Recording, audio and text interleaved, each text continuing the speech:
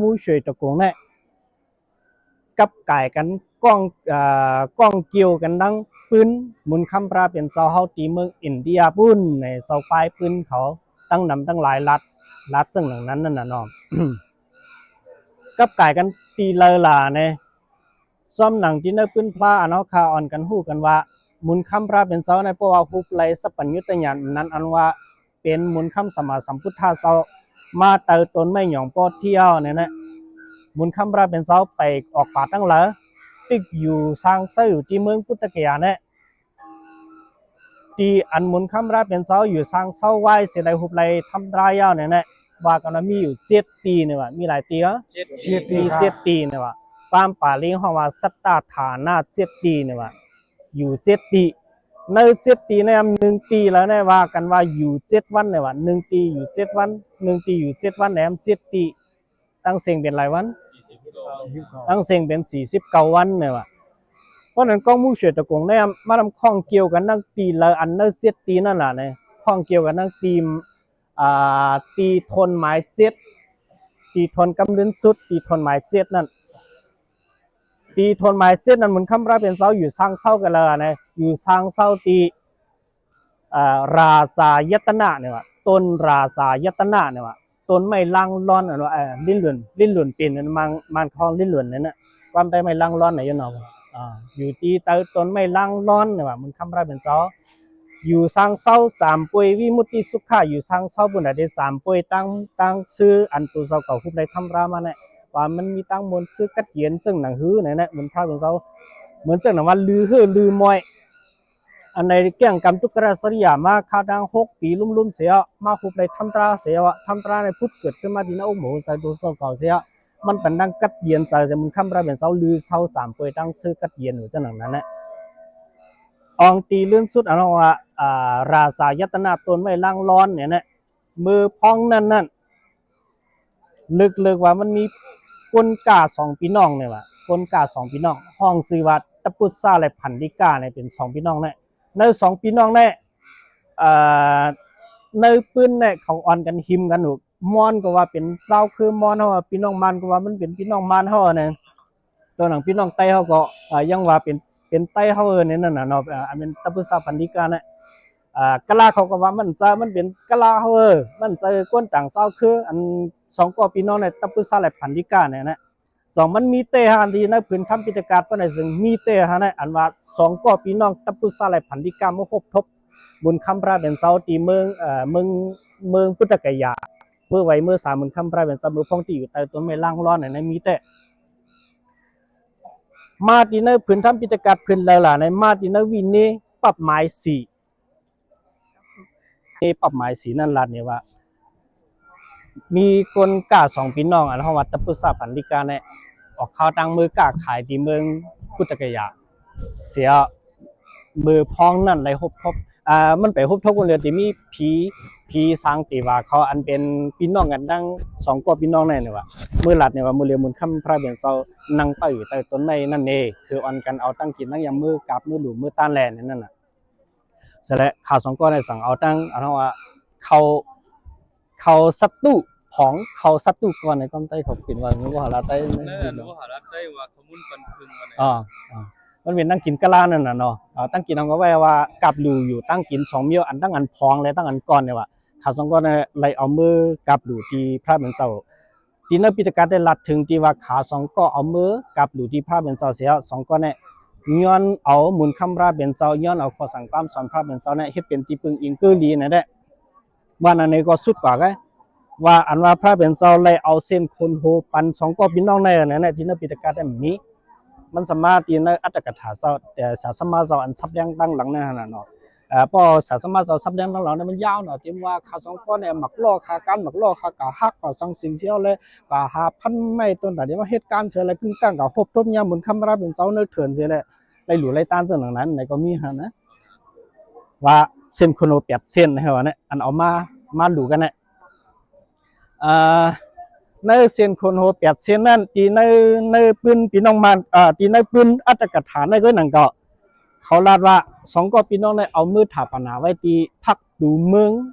แนวหาเนี่ยนี่นะอัตถกถาค่ะนะ เอามือถับปนาเอาเส้นโคโนปราเป็นเจ้ามือถับปนาไว้ที่พักดูตั้งเขาเมืองอุกกะลาเนี่ยว่ะเมืองอุกกะลาป้าเนี่ยอุกกะลาป้าว่าเส้นหลังนั้นเว้ย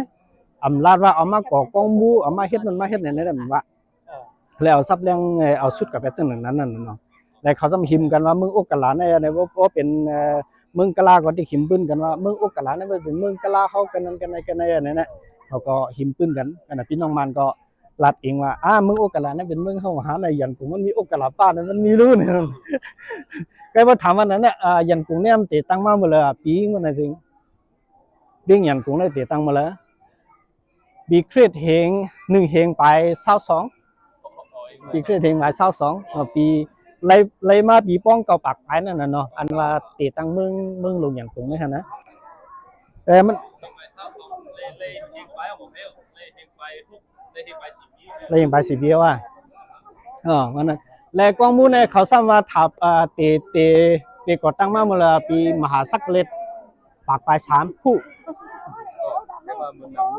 ว่าเป็นเจ้าเขาเป็นพระนั่นเรือนสีม้วนเรือนสีม้วนปีมหาสักเล็ดปากปลาย3คู่อันนั้นแหละมันจะมีพิงทุ่งอันว่าพ่อเรือนสีม้วนในพี่น้องทั้งหลายในอ่อนกันก่อไว้พลาอันกันกับไว้พลาในป้าเสียเมืองใต้เขานั่นน่ะเนาะว่าถึงข้าวเรือนสีม้วนอันกันกับไว้พลาอันกันกับไว้พลาวันนี้กับไว้กองมูกันนั้นกองมูหมุนเมียดกันนั้นกันในนั้นหลงว่ามันอิงเลยพื้นอันนั้นเสียแหละตีเป็นพิงทุ่งเหล่ไว้พลากองมูตีนั้นเมืองใต้เมืองเหนือเมืองหองเมืองจ้านเนี่ยเดี๋ยวพิงทุ่งอันก่อตั้งกองมูเฉดตะกงได้ขึ้นมา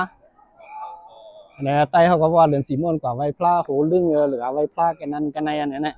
ย่อมว่ามันเป็นปีอันเขาติก่อตั้งกองมูในกูก่อนกันมาโฮมกูมาคอนกันเฉลยเฮ็ดเป็นพลาหลวงหน้าเนี่ย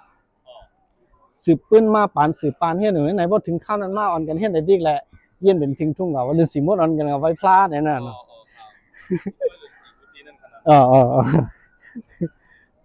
เสอย่างทางอย่างทางกองมู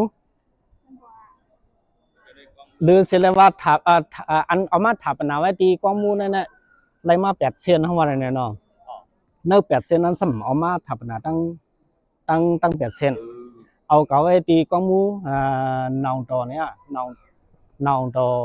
กองมูนองต่อในนองต่อจี้เนี่ยแต่มี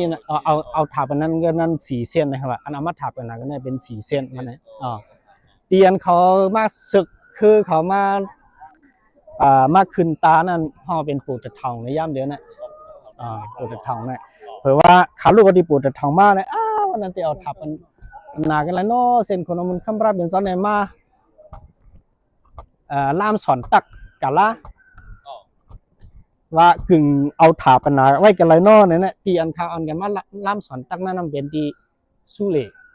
ก็มูสู้เล่สิตีนะครับนั่นเตียนนะขาล่ามสอนตักนะว่ามันกึ่งมีเอามาทับนาตีเนื้อกล้องอันนั้นเนี่ยสิ่งอย่างก็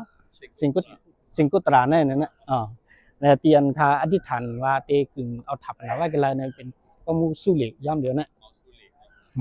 อันนั้นแหละทีนั้นในบอกว่า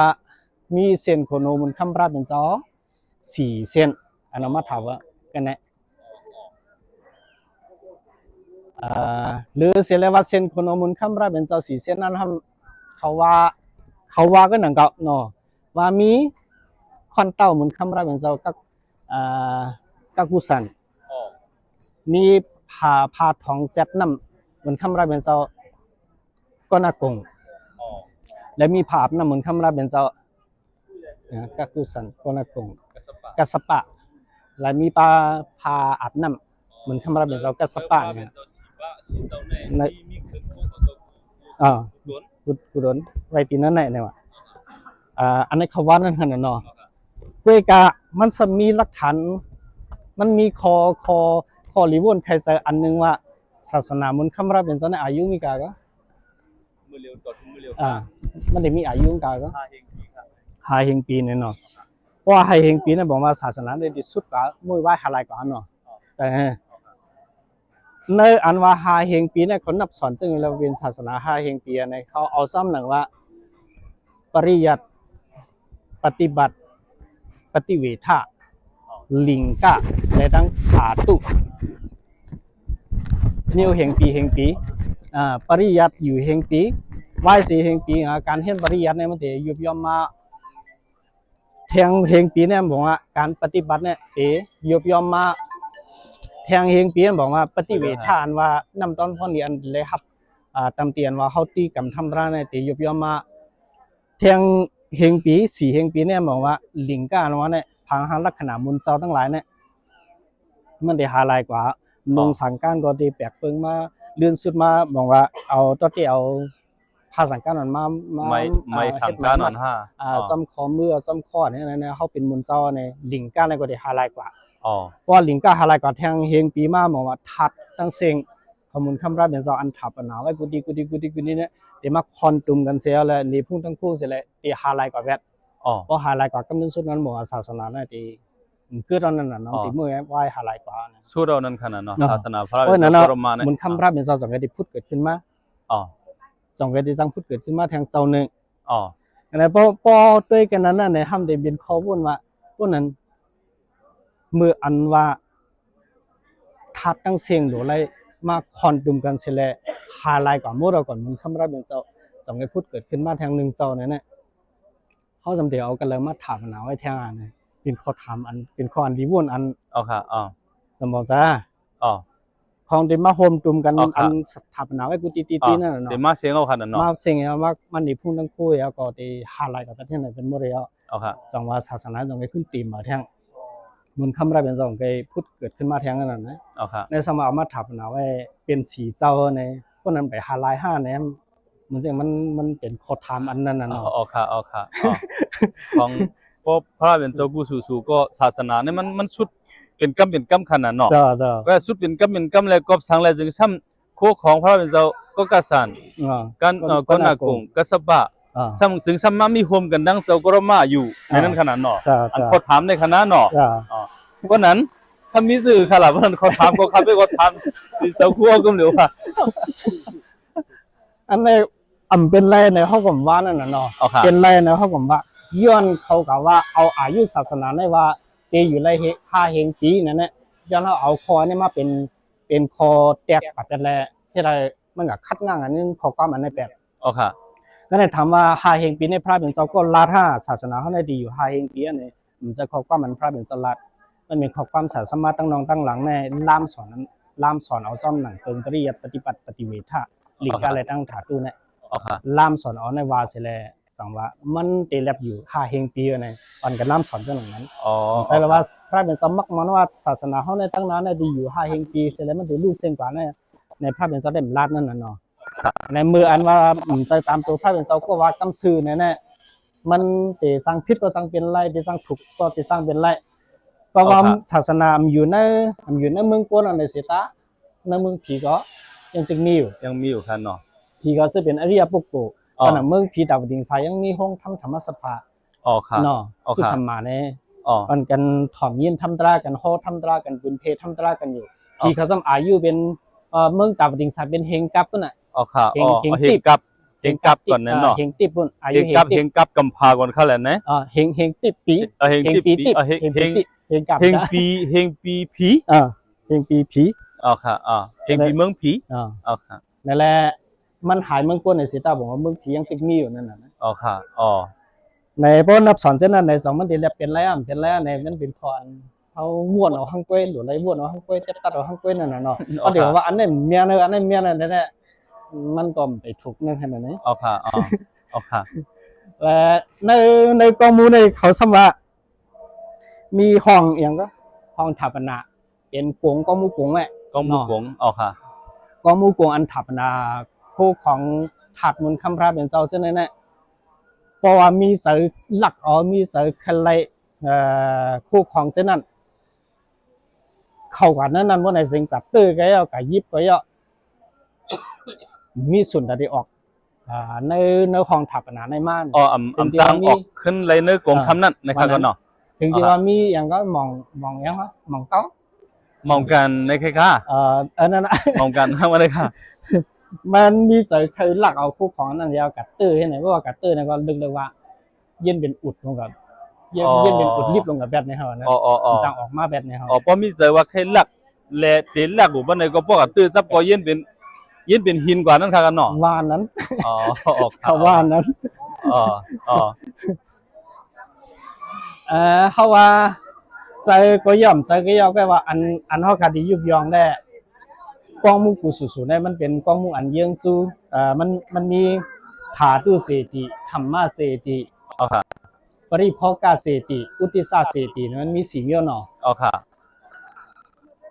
ในเสติ4မျိုးนั่นแหละเสติกองมุเนี่ยถูปาระหะปุกโก4မျိုးเนี่ยพระเป็นเจ้ากันขว้างเฮ็ดให้กองมุอะไรเนี่ย อ๋อค่ะ ก็唔使不過時先咧，掂你個光母品， อ๋อ 品框係個光母嚟，官時個時秒หนึ่งมูลคำสมาสัมพุทธะเจ้า อ๋อค่ะ ใน個光母品嚟เนี่ย อ๋อค่ะ มันจะหลอนกว่าเนี่ยเอาทัดเจ้าสังสิ่งหลายสิ่งหลายอันมากกว่าเป็น光母นั่นแหละสองลูกน้องสาวกะมูลคำราเป็นเจ้าอันนี้ก็光母品嚟เนี่ย อ๋อ สามเจ้าคุณทำสัจวัตติสามในเจ้าคุณทำสัจวัตติในก็มูบันแหละเนาะหลายอันเนาะสามอันเนาะถือว่าถ้าปุกุสีพระเป็นเจ้าปัสสิกพุทธะ อ๋อ เนาะพระมุนคำราเป็นเจ้าสมมาสัมพุทธะพระเป็นเจ้าปัสสิกพุทธะลูกน้องสาวกามุนคำราเป็นเจ้าเลยตั้งเจ้าคุณทำสัจวัตตินั่นแหละสี่ปุกุเนี่ยก็มูบันเลยเนี่ยก็ตายก็นั่นแหละก็หลอนก็นั่นแหละโดยเสียนั้นเนี่ยพระเป็นเจ้ามาให้ก่อกองมู อ๋อครับพี่จิมถาม อะไร พระเป็นเจ้าสมมาสัมพุทธะและพระเป็นเจ้าปิจกับปุกฐานในเบิ่งกันซื่อค่ะเจ้าพ่อค่ะ เปิงกันที่อันว่าเป็นพระได้เป็นพระหนังกันอ่ะก็เป็นสมมาสัมพุทธะเนี่ยเป็นคนก่อนมีญาณปัญญาบุญอาจจะมาซับเลี้ยงอันตัวเจ้าเก่าผู้ใดทำร้านนั้นมาซับเลี้ยงเนี่ยให้เป็นพวกป่องเสือให้เป็นพวกเข้าถึงทำร้านอันมันจะเข้าถึงนั่นหมายถึงว่าตีให้เธอตั้งตุกตั้งสุกตั้งเหลือตั้งไม่อันมีอยู่ที่น้ำหูเสือในตีให้ถือให้มันไฮไลท์กว่าให้มันมีตั้งกัดเย็นมาอยู่สังเสาดินนั่นโลกกันเนี่ยให้มีตั้งกัดเย็นมาเนี่ยที่ซับเลี้ยงให้บ่เป็นคักเป็นตอนหนึ่งที่ซับเลี้ยงจังไหนสองที่ซับเลี้ยงจังไหนสามที่ซับเลี้ยงจังไหนสี่ที่ซับเลี้ยงจังไหนให้เป็นเข้าถึงเป็นคักป่องใส่ก่อนอะไรให้นั้นน่ะพระเป็นสัพพสีกับพุทธาเนี่ยมีนำกัดแต่ที่มาข้อเนี่ยให้เป็นป่องใส่ทำตรา อ๋อ เสียอะไรอันเขามาออกมนต์ปนรัดเฮ็ดตั้งตุกตั้งสุกตั้งเหลือตั้งไม่ให้มันกัดเย็นกว่าไหนเต้นๆน่ะมีนำกัดถึงฉะนั้นแหละก็พระเป็นสัมมาสัมพุทธะเนี่ยอันไรชื่อว่าภักกวาเนี่ยเป็นผู้มอจักเพสทำราตัดสังสอนเวเนียสัตวานี่เนี่ยมันจะแก่เขียนน่ะมันจะห่ออริยสัจจตระเนี่ยตีกันแล้วเนี่ยทุกขะอันที่เราเป็นทุกขะเนี่ยมันยังเงาหงาอันที่เราเป็นทุกขะอีสังเงาหงาที่เราเป็นนั่งทุกขะเนี่ยเป็นสักสี่กะตีอันมีทุกขะจงมีอันเนี่ยมีเป็นอีสังเนี่ยพระเป็นสักสี่กะล็อกไล่อันที่เราตั้งตุกตั้งสุกตั้งเหลือตั้งไม่นั่นหมายความว่าเขาเนี่ยรับหมดกันในสมมีอันมีเนี่ยเพราะเราซับยังกับเป็นข้างในถ้ากลัวในป่องสไลด์ให้นั่นแหละมันจะมีน้ำกัดตั้งแข็งกันหนังไหนแล้วเขาปฏิสัตสมุปบาทมันก็เป็นข้าวตีกันแล้วเนี่ยเป็นกับตามมันไว้ให้ไหนให้กลัวในเขาถึงไรนั่นน่ะมีน้ำกัดกันไหนก็เป็นเราซ้ำภาษีกับพุทธาในซ้ำมีน้ำกัดตั้งแข็งกันไหนก็อ่อนให้เป็นเหตุการณ์ตาหน้าเช่นนั้นเหตุการณ์สีลาเช่นนั้นเหตุการณ์นี้กู้โสเช่นนั้นจังไหนจันทานอ่อนจังไหนแต่พอสั่งสอนหนูมันจะเริ่มห่อสั่งเรียนมีมันจะห่ออยู่ก็ให้เป็นป่องใส่เป็นอริยปุกโกจันวาโซดาบันสกตากามีอนาคามีอรหันต์กับจำตั้งหลังเท่านั้นแหละมันจะมีน้ำกัดตั้งแข็งครับเพราะนั้นบอกว่าพระเป็นสัพพิเศษกับบุตรในนักเศรษฐศบ้านนั้นก็พูดถึงไรหั่งก้อยอยู่ป่องเซเฮเลเอาตัวรอดถึงไรถึงตีปันเลยเข้าสามนิปันอยู่ข้างนอกไปกระดาษเดห่อซับเลี้ยงในบันเวเนียสระว่าพิสังทัดก้นใน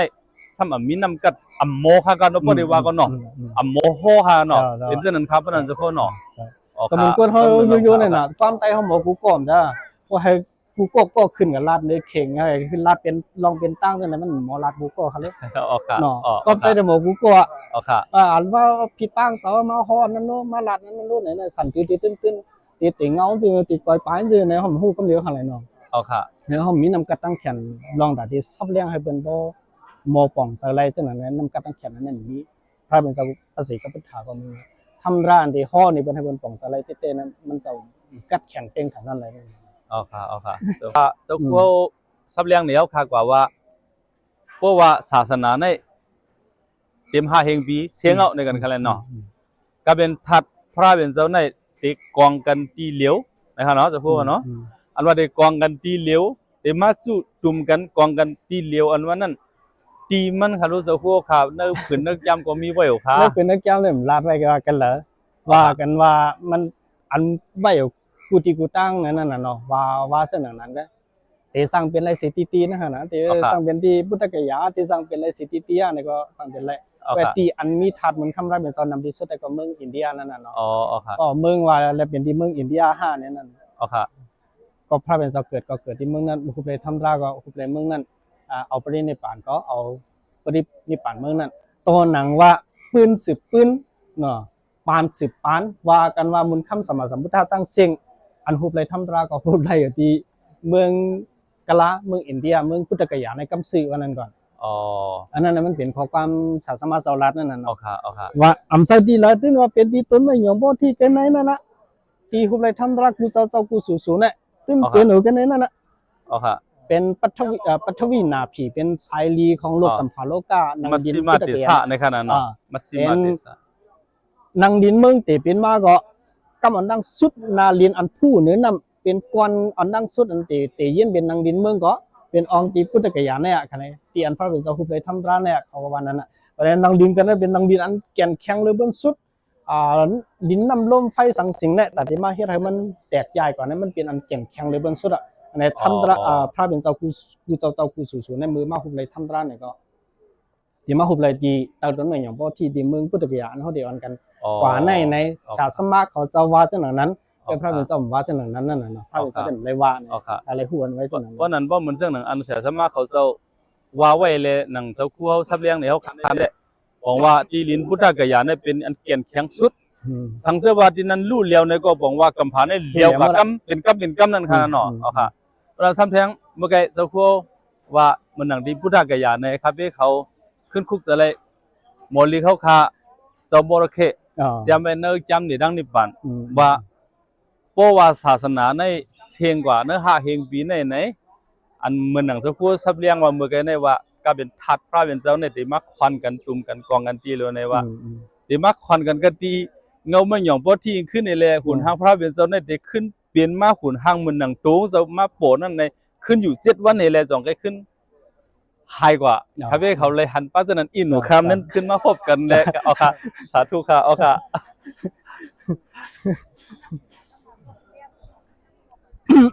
ตัวหนังเขาว่าสัตถานะเจตีอันเขาเดียวกันกว่าเนี่ยนะตีในปิฎกะเจตีเนี่ยมีเจตีมีเจตี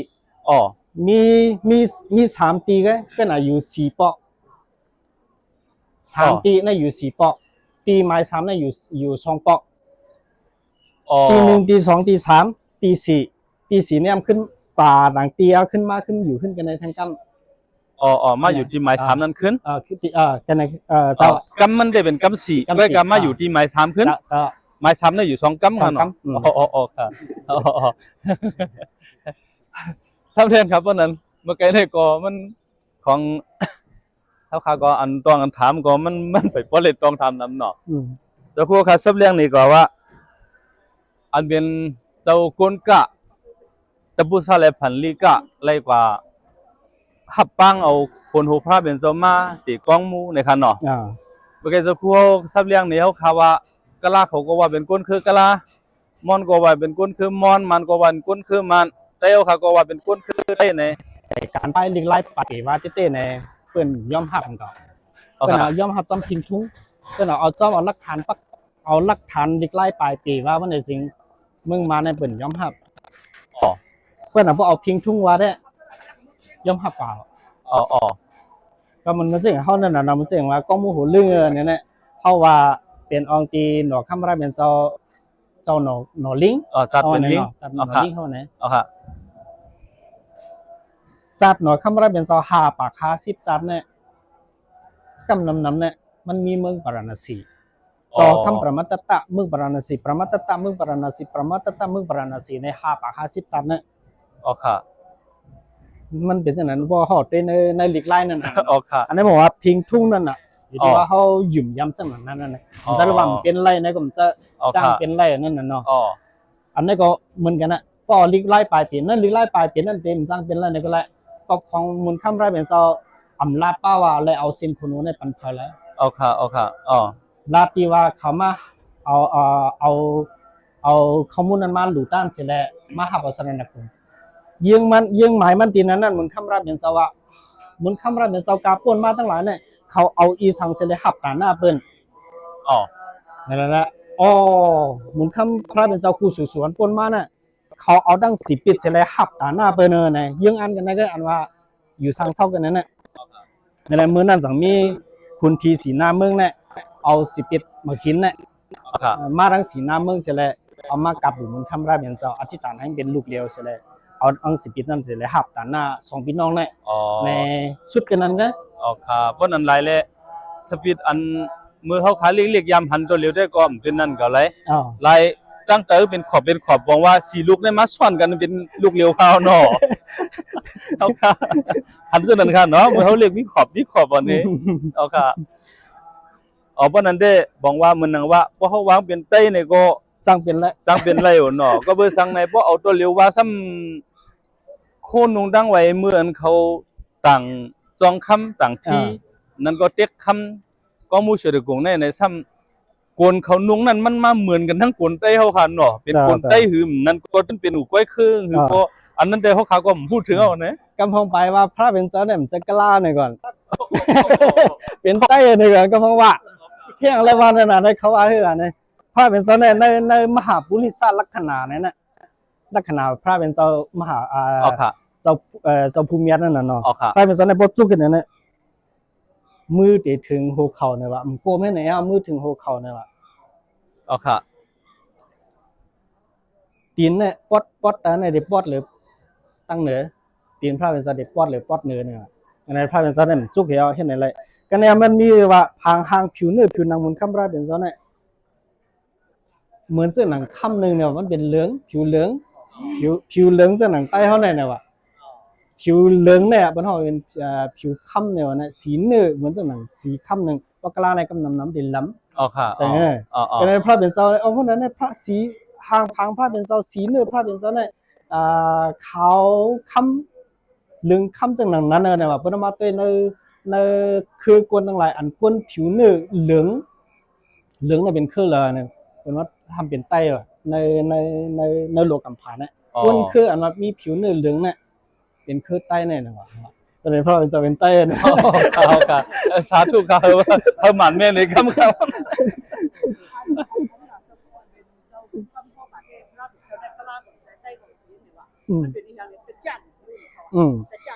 สัจจะ เอาคือสักยะเอาค่ะอ๋ออ๋อ จังเป็นเลยเต้นะเพราะมือฮอดเมืองหนีป้อสู่พังสติด้วยกะลาหนีป้อเนี่ยมันกะลาอินเดีย เอาค่ะ เสื้ออันเป็นหน้าตาเสื้อเขาเนี่ยก็มีเหรอ อ๋ออ๋อ เขาเห็นดิเมืองสีหัวซ้ำกันแน่เขาว่าเขาเป็นกะลาหนีป้อเนี่ยว่าเจอกะลาหนีป้อหน้าตาเหมือนเฮาในลีๆมันเจอหน้าตากะลาอีหรอ อ๋อ หนีป้อคนหนีป้อมังกรตอนนั่นนะ เอาค่ะ ก็ได้ว่าหนีป้ออันมังกรตอนอันเหมือนใต้เขาเนี่ยซ้ำขึ้นกับจับกะลามังกรเนี่ยติดตื้อหังดีเลยหน้าตาสเป็นหน้าตากะลาเนาะหมักตาเขาว่าคุณนางเขาว่าขนตาเขาก็น่ะผิวเนื้อผิวหนังเขาเป็นผิวเนื้อผิวหนังใต้เขา มัน เนี่ย หนังได้เขาในข่าวเนาะ เนาะเอาหังดีตุ้ยอ่ะเป็นอย่างนั้น อ๋อ อันนั้นมันคำรับเป็นจอนว่าเป็นก้นหังดีหังเล่าในก็ติดสังเป็นไรมันจับกับทั้งปอดเขจับกับทั้งตีเป็ดจับกับทั้งแนวลูกหนอนเพราะ เอาค่ะ หนีป้อนนั่นนะมันจับมาทั้งกะลาฝั่งแนวเขานะ เอาค่ะ เพราะกะลาทั้งเมืองอินเดียเนี่ยบอกก่อนนี่มันติดเปิงกันแห้งน่ะล้ำเปิงกันนั่นน่ะเนาะ เอาค่ะ ใช่ไหมแล้วก็มูเชื่อจะกงอิดออดอ่อนนั่นน่ะเนาะเพราะ เอา ว่าเนาะ ค่ะเอา ออด ค่ะ อ่อน เมื่อกี้จะพูดว่าเมืองปาราณสีในห้ามนำพื้นพระเป็นเจ้าคำนี้นะเมืองปาราณสีเนี่ยอันนั้นก็เมืองปาราณสีในเมื่อกูปอกเมื่อปันนั่นค่ะเนาะติกวางติว่าเลยเผียวมาทั้งเฮาในเป็นเมืองปาราณสีคือในก็ตั้งเป็นไรค่ะเนาะข้าวยำมันถึงหนาวขนาดเนาะโอเคเฮาซ้ำอ่อนกันมามังเจ้าอ่อนกันมาแทกเอาอันว่าอย่างก็ปอดตอนลินพ่องน้ำตัวเก่าว่าเป็น กูไปโอ้ชุด ว่าเป็นเมืองนั้นเป็นเมืองไหนกว่าเป็นนั่นน่ะเนาะ อ๋อค่ะเยอะว่าเป็นกูไปโอ้ชุดดีตาให้นั่นกว่าที่คือเลยเป็นมาในข้าวดัง2 เฮงปีไปค่ะเนาะมือพันพระมาในก็เนาะเหมือน สร้า ตั้ ง ง เป็นไร สร้างเป็นแล้วเพราะว่าสัมบูติป้าเนี่ยแหละมันเยื่องถึงโลกกำพร้าเนี่ยตั้งเสียงว่าสัมบูติป้าเนี่ย สัมบูดีป้าคันเนาะ มันมีกุลลง4กุลเองล่ะ อ๋อค่ะสบูดีป้าอ๋อค่ะอ๋อ กุลสัมบูติป้าเนี่ยแหละเยื่องถึงโลกกำพร้าเฮาอยู่เซาเนี่ย อันเขาอยู่เศร้าในค่ะเนาะ ทั้ง3กุลเนี่ยมองว่านอกกำพร้าเฮาอยู่เซาในนึง จะลุกแนวค่ะเนาะ เพราะว่าซึ่งหนังนั้นได้ปราณาสีก็ที่สร้างเป็นเมืองเฮาก็สร้างเป็นไร อ๋อค่ะอ๋อค่ะอ๋อพอในลิกหลังการเจ้าคู่หมอเขาเตรียมไว้นั่นในว่าคุณสัมบูดีป้าในคุณนาปาซานเข้าไปวันในป้ายก่อนค่ะพวกค่ะค่ะ มันมีกุลอย่างกุลอุตรากุรุอมรากยานะสัมบูติป้า อ๋อ และดังอย่างนั้น ปุบปะวิท ปุปปวิเดหะ อ๋อค่ะ มี4คนเนี่ย อ๋อค่ะ ในสัมบูติป้าได้ก็เขาเยื่องถึงโลกกำพร้าเฮาเนี่ยนั่น อันเขาขายอยู่เท่าเนี่ยเนาะ หรือสิฉะนั้นได้อายุก็เปิงกัน อ๋อ เขาอยู่เป็นเฮงปีเนี่ยก็พอกาว่าบางคนในเฮงปีกาว่าไปถึงเฮงปีเนี่ยเขาถึงหม่ำตายแล้วล่ะก็เยอะ อ๋อมัน เป็น มี ตั้งเป็นนักเกย์ มีหมอกมันคาเนาะจนหวังว่าเพราะว่าเดี๋ยวมันเกิดมันก็ต่อถึงมันตายในหรืออะไรเต็มเฮงนั่นน่ะเนาะ ต้องไปตาย เมื่อเข้าในเต้ของมังจื้อตายในต้องมาก็ต้องมีมังจื้อก็อยู่ปากปีปลายก็มีกันน่ะเนาะในกุนเฮานั่นแหละอ๋อสมเตค่ะตัวครัวไปเสยยาวเลยซับเลี้ยงในบรรเฮาค่ะลูกน้องทะเปตะกะดังน้ำ อันนั้นหลียุกยองแต่ก็อาศัยเสตีถาปนาเสในสิตามันดีเป็นคอนแห้งใส่ศรัทธาของพี่น้องมันเจ้าคือตั้งเครือเขาได้เนาะ อ๋อค่ะ ว่าเขามีใส่ศรัทธายิ้มย้ำมันขึ้นต่อศาสนามันคำพระเป็นเจ้าเนี่ยนี่หลักฐานศักดิ์สิทธิ์ว่าเขาอ่ำใจก้นเถินเขาอ่ำใจก้นเลิงก้นอันติกไปฮู้ลิกฮู้ไล่ไปฮู้พิงฮู้ทุ่งไปฮู้ลองหยินเงี้ยสังเสริญนั้นจะเขาในเป็นก้นก่อนในฮับเอาพิงทุ่งนั้นเป็นพิงทุ่งอันหางดีหางงามอันหางดีหางงามของมูลคำสมมาสัมพุทธาเจ้ามาเนี่ยนะเนว่าแห้งใส่ศรัทธาก็มีกาเฮือในเนตั้งกำผาเลยว่าเนี่ยนะเขาเป็นผู้อ่อนผู้ศาสนาอะไรในรับในเปิ้นอะไรเต็มซบเต็มปากอะไรนี่คือนี้ อ๋อค่ะอ๋อค่ะอ๋อ เยื่องถึงอันรัดถึงเปิ้นอันนั้นนะเยื่องถึงดีว่าเขาเดียวอีสังหับแต่หน้าเปิ้นเดียวมือห้าว่าเดียวเอาผ้าห้าว่าเดียวเอายังหับแต่หน้าในมันไปมีไปคุยอะไร เป็นกำมลตั้งชุดขนาดนั้น สุดนั่นแหละ อ๋อค่ะ เนาะอธิการเลย ของเมือนหับมาดีนางสุจาตานั่นได้ไปเป็นพระกันลุ้นเนาะ จ้า หรือว่าเป็นพระเยาเตเลยเอาสังหับในบอกว่าถ้าบอกตั้งดูสองก็พี่น้องในอันตั้งชุดเบิ่นแค่ว่าเสนอข่าวเนาะ อธิการในเจ้า แค่ว่าก็แต่มันเป็นเรื่องนั้นในข่าวเนาะ อันนั้นสัตฐานะเศรษฐีนั่นก็มันจะนั่นแหละ อันมันเข้าป้าดีในปิฎกการได้มันเสียงที่อันว่าไปยังไปตะลา เอาไป 7 วัน ไปสร้าง นั่น จานนั้นมันนั่นเนาะอ๋อค่ะ อันนั้นมีดีในปิฎกการ อ๋อ ทำอย่างอันกัดซุกอันนี้มีศาสตร์เศรษฐีอันกัดซุกอะไรอยากไปตามแทบมาในก็มีดีในปิฎกการ อ๋ออ๋อค่ะ สำลัดว่าให้กับสังเลมเพียบตาในก็รัดลองตั้ง อ๋อ กับสังเลไปเป็น7 วันในก็รัดในลองตั้งก็ได้อันกับรัดในลองตั้งซ้ำเตียนว่ากับใครสอภิธรรมาเนี่ยนั่น ดีเนอเฮิรนคำนั่น อ๋อ ในสมารัดในลองตั้งว่าใครสอภิธรรมาเนี่ย อ๋อ ต่างที่สำรัดในว่ากับสังเลมเพียบตาเป็น7 วันสำรัดในลองตั้งก็นั้นสมาใครสอภิธรรมาเนี่ย อ๋อ ในเป็นคอกวนอันเล็บเพิ่นปืนเขานะมันรู้สึกมันมียกจี้ขึ้นมานั่นน่ะเนาะ อ๋อค่ะค่ะอ๋อ ก็บ่ถึงดีปืนเฮาก็ซับเลี้ยงก็นะศาสมาเจ้าอันเตรียมปืนซะเนี่ยเป็นเพิ่นเนี่ยศาสมาเจ้าพุทธโคสานอัตถกถาเจ้าหลวง อ๋อ พุทธโค พุท สา ธโคสะ พระเป็นเจ้าฮูบไรทำตราวันเหลือน6 มื้อเด้อ อ๋อ ทำเด็กมื้อโฮทำตราที่ลงถึงมีกระตาวันเหลือน8 มื้อก็ อ๋อเรือนเป็นม้วน 2 เรือน ตั้ง2เรือนอ๋อค่ะ 2 เดือนนี่แหละไปเฮ็ดจังหือก็มันถึง2 เดือนน่ะนี่แหละทำเดียวพระเป็นเจ้าก็ไว้กันเลยล่ะ2 เดือนได้เนี่ย49 วันคือแทง10 วันปลายๆก็เลยนอนนี่แหละ10 วันปลายๆได้ไปลูกกับพุทธกยากามึงปานนั้นสิได้เมียนลีเลยนอนนี่สบปลายปืนเขา อ๋อ เขา ม้ว เนี่ น ย ม้วนเส้นอันนี้แหละขึ้นเตรียมใส่เส้นอันนั้นขนาด ใน นั้น ก็ว่านั่นน่ะ อ๋อ เขาว่า เอาครับก็กะว่าพระเป็นเจ้านั้นก็เปื้ออันนี้ก็อันเปียกนึงเหมือนขนาดเนาะเพราะว่าบอกว่าเฮ็ดคือก็มันเลวในแต่อันอยู่เดียวค่ะ จ้า ลูกน้องปองไปในแต่บอกว่ายุ่มไปก็เหลียวค่ะของสุดที่ว่าอันนี้เพิ่มเหมือนเนาะขนาดเนาะ อันมาอยู่ขึ้น2 ตีซ่อมกันได้เป็น อาซาปรานิโจทานมาอยู่เตอไม่ให้ ไม่ ค หุ้ น ง เลี้ยงเป็ดนะไม่หุ้งคนเลี้ยงเป็ด อ๋อไม่เป็นไม่หุ้งฮะไม่หย่องฮะ ไม่ ไม่หย่องไอ้เรื่องเป๊ะใช่ อืม อาซาบะละ มันเป็นเครือเหลียวนะไม่ อ๋อครั หุ้ บ งไม่ให้ไม่หยอง อ๋อเจ้าเจ้า มาอยู่สองกัมหากันนะ วันนั้น2กำค่ะ มาอยู่สองกัม อ๋ออดินนะครับเมื่อกี้จะพูดว่ากำหมาย3เลยซ้ำอยู่2ปอกนั่นเป็นกันทานเนาะ อ่า